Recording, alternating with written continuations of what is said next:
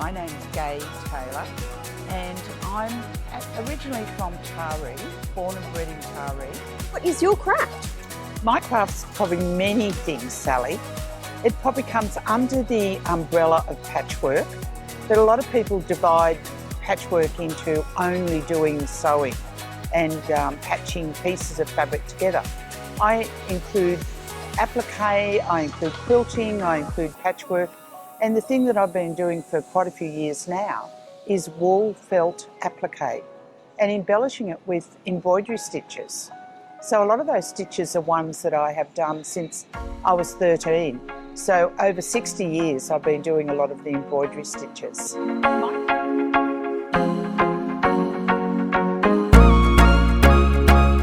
I used to play a lot of sport, and even when I was young, 12, 13, if it was wet and I played tennis and we only had grass or clay courts, if it was wet I used to have something to do.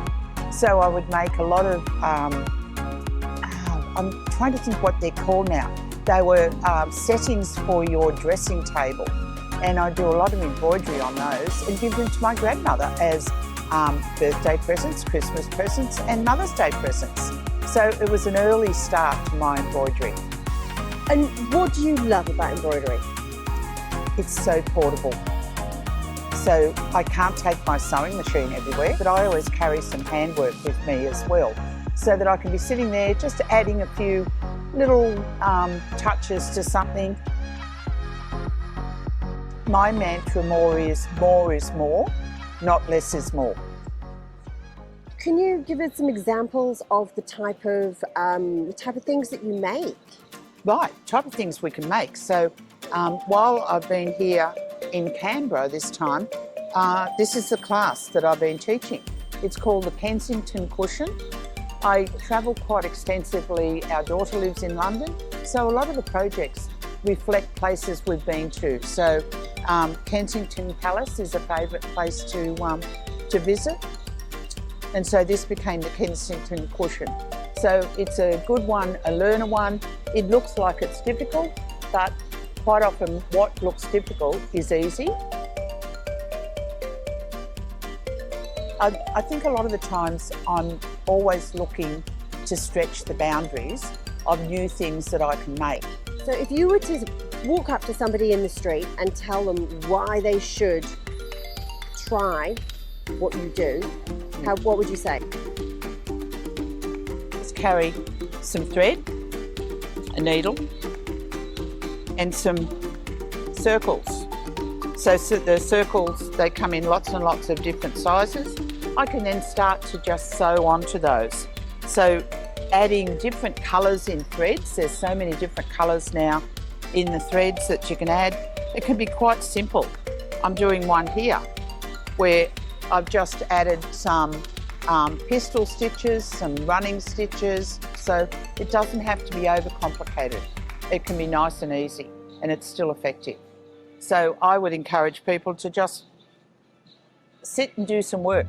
They cannot make a mistake. So Palestrina stitch is this stitch coming around here on the edge there. The tater booth stitch is this one here. It's the horns of the bull. Wheat ear stitch is this one, this pink one that's coming around there. And then I also show the French knot to a lot of people, because a lot of people, that's the stitch they have difficulty with.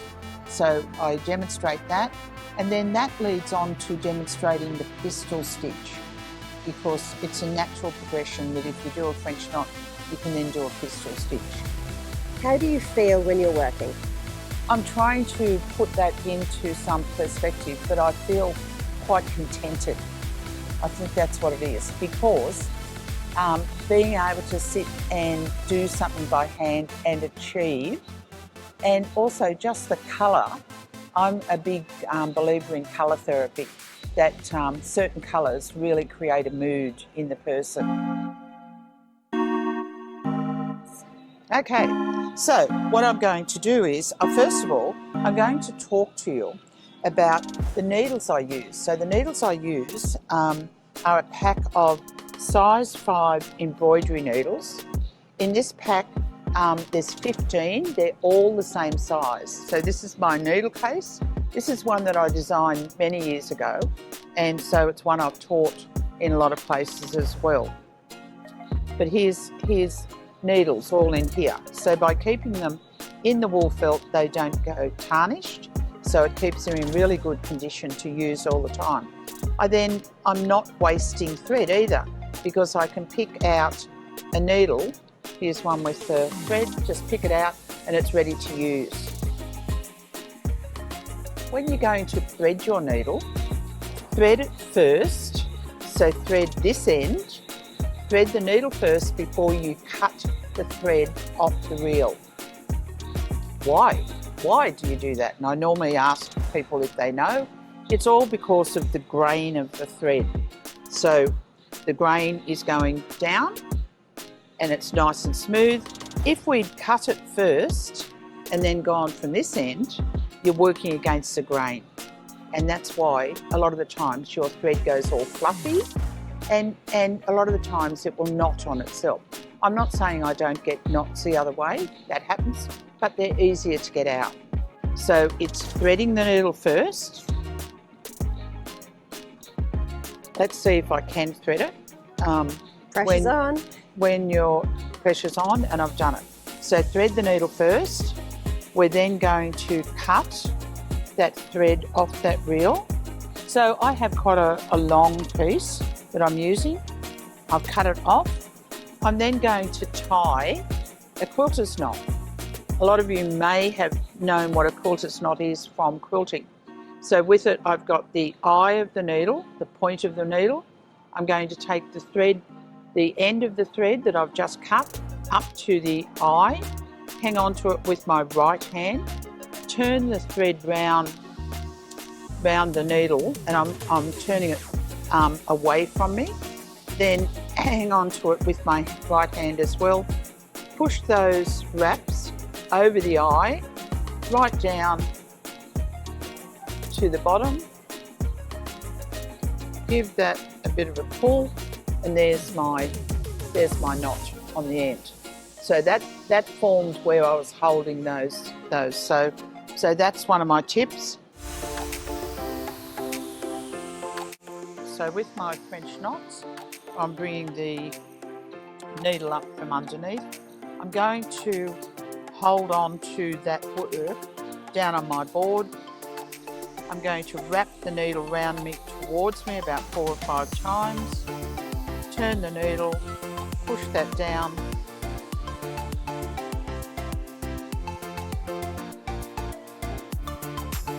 There's my French knot. When I'm sewing shapes onto background fabrics, a lot of the times I'm using similar shades in the cotton, and the cotton that I'm using is Pearl 8. On this one, Sally, this one here, you won't be able to see it really well, which is rather good because I've disguised it, but I've sewn this flower on with just a running stitch to the background, and so I've just sewn it on in white, but then I've added my French knots with one of the variegated threads, this one here, variegated thread going round the outside, so that's adding colour. I'd already used that variegated thread on the inside to do these pistol stitches, and so it adds interest. The variegated thread's used in these as well. So there's lots and lots and lots of variety available on the market for you to add interest to your work. Okay, so on this one, I'm going to do some pistol stitches coming from the green out to the apricot. So the pistol stitch, as I've just shown you that the French knot is an elongated French knot. So I'm going to do exactly the same as I did for my French knot, but I'm going to reach out. When I get this all out of the road, there we are, there's a pistol stitch. We'll do another one round in here.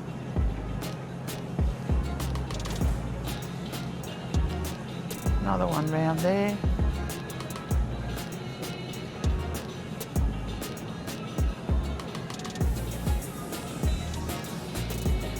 Pistol stitch is also used here. So on this, there's a pistol stitch, this bright blue one. We've got a fly stitch coming right around here. Some little stars coming on here. This is a stem stitch, and then I've wrapped it. And when I'm teaching a class, I try to have it that a person has never done any handwork can come in and do the class, but I like to then extend it so that the person who has done quite a few classes with me and knows all those simple stitches has got something to extend themselves. That keeps people's interest going.